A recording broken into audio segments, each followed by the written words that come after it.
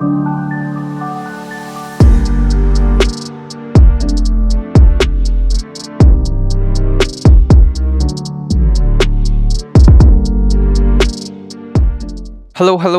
ladies and gentlemen. Welcome back to the channel and back to another game review. Today, we are going to be talking about Curse of the Dead Gods. Before we do get into that, though, if you liked the video or you found it informative in any way, do me a favor, hit the like button. I really appreciate it. And if you want to see more game reviews like this in the future, hit the sub button, and I'll see you in a review. Ciao. So, Curse of the Dead Gods is an action roguelike action RPG game that has cool graphics, good animation, an abundance of weapons, and a shit ton of boss battles. Now the game first begins with a little tutorial teaching you about the parrying, blocking, attacking, heavy attacking, and also telling you about the curses that will be put on you if you become too corrupted. Now corruption gradually increases as you go through different rooms, and once your corruption meter is full, you will have a curse upon you. And curses are random, and different curses have different effects. Some are worse and some are better. There are actually a few curses that you might want, depending on the situation that you are in while diving in this temple.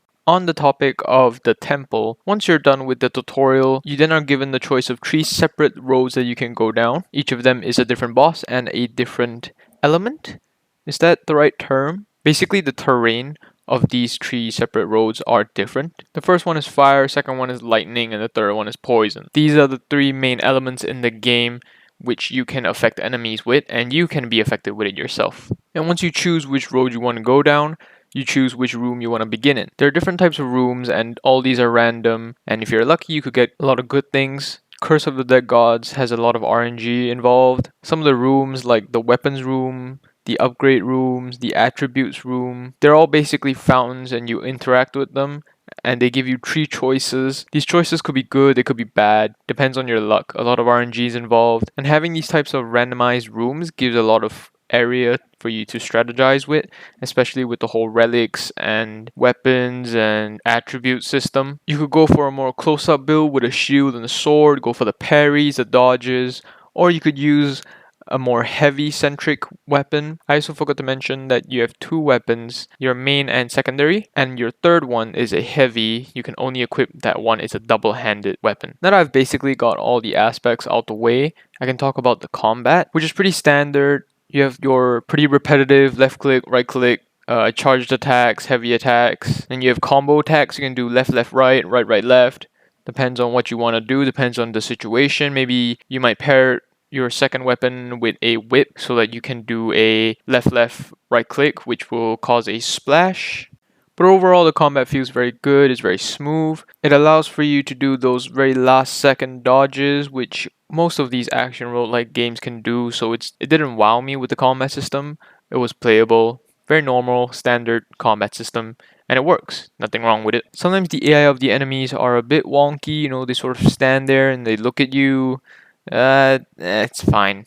Most of the time, you're too busy with a huge mob of enemies anyway, so you won't really be paying attention to those guys that just stand there. So now I'm going to compare this game with Hades, which if you didn't know is also a very popular action roguelike game that came out last year, last year. And I need to say now, I've not played Hades, so I don't know the feel of the game. I just watched it, and I know certain differences that are very obvious when it comes to the 2 games. First of all, Curse of the Dead Gods doesn't have a story like Hades does. There are no characters that come in and help you fight. There are no characters that come in and do combos with you. You're just on your lonesome. You don't get to talk to anyone at all. You're just by yourself. And I think that's a sad part about Curse of the Dead Gods is that you don't connect to the characters as much as you do in Hades. And you don't have that extra element of having a combo from a certain guy that comes in and helps you out here and there. Also in Hades, I'm pretty sure there's no corruption system. I'm not sure about attributes and relics, but there's definitely no corruption system in Hades. And in this game, the corruption system is a big deal. It really rises when you start advancing through the different levels. There are 5 levels of corruption. If you reach the 5th level, you will continuously lose health until you reach 1 HP, which, if you think about it, is not a good thing, especially if you're fighting a boss. And that's kind of all I know about the difference between Hades and Curse of the Dead Gods. I'm sure there's a bunch of them, but I've never actually played Hades, so I can't say. Let's talk more about the bosses. Their health bar is up there. Some are poisonous, some give you fire, some make you corrupt.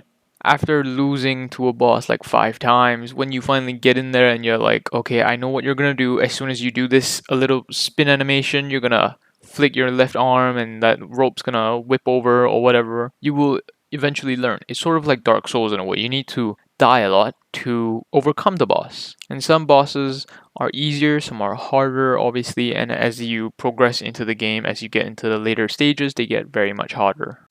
There are also these blue, green, and red things. The blue and green ones drop whenever you kill a boss, and the red ones only drop when you complete the level. Now with the blue ones, you can buy upgrades. You can equip 3 of these upgrades. Some of them are a lot better than others, but also a lot more expensive, and some are, just meh. The green ones are used to purchase weapons that have been found in the temple. So any weapon that you've picked up before, you can now purchase it, but you cannot equip it instantly. There are 4 podiums, and you can buy all 4 podiums. Then you have to upgrade the podiums with the blue ones. And the higher levels they are, then the more of a chance that they'll spawn a more rare weapon that you have unlocked with the green ones. And the red ones don't really matter. The red ones allow you to progress into the more harder bosses. Truthfully, I found this game quite repetitive, I can't lie. Because there was no character development, there were no side stories, there wasn't a lot of things keeping me going except for the fact that I want to finish this game, and so it was really difficult to